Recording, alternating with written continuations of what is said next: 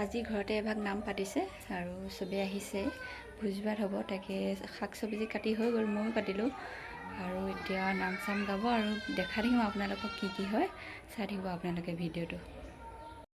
আৰু এয়া মই চাদৰ মেখেলা পিন্ধি ৰেডি, চুলিখিনি বস্তাই নাই, তথাপি যেন তেনে বান্ধি লৈ গৈছোঁ। আজি বতৰটো বহুত বেয়া, ৰভা দিছিলে কিন্তু পানী পৰিলে, তথাপি উপায় নাই। আজি হেনো বেয়া হ'ব পাৰে নে বতৰটো, কিন্তু কি হ'ব, উপায় নাই, বতৰ কথা ন, সেইটো আমি বাধা দিবলৈ নোৱাৰোঁ। তাকে বলক আৰু কি হৈ আছে আপোনালোকক দেখাওঁ।